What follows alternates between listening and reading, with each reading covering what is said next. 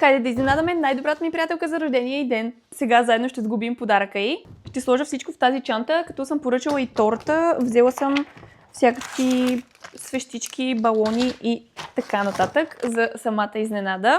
Кристиан също се включи в подаръка. Основният и такъв е ето тази чанта от Zara.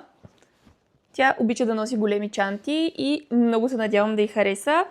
Няма да я отварям сега, за да може тя да си отвори, но дойде си и с такава турбичка. Прилича на тези на Полен и съм сигурна, че ще й влезе в употреба. Взела съм и бижута, като имаме едни обеци и една гаривна. Тя си беше харесала една много подобна, но нямаше нейния размер, затова реши да й взема тази, както и обеците. Това е вторият подарък. И третото нещо, което съм взела е Loving Mirror, огледало с снимка. Много е готино, сега ще ви покажа как изглежда. Идва си ето в тази кутия. Ето как изглежда вътре. Нормално огледало, но когато натиснете копчето, светва и има наша снимка. Ето кои са задната камера, горе-долу да придобиете представа.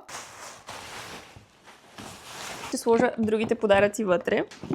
Забравих да сложа и панделката. И сме готови за сега. Направо ще се включа от рождения ден.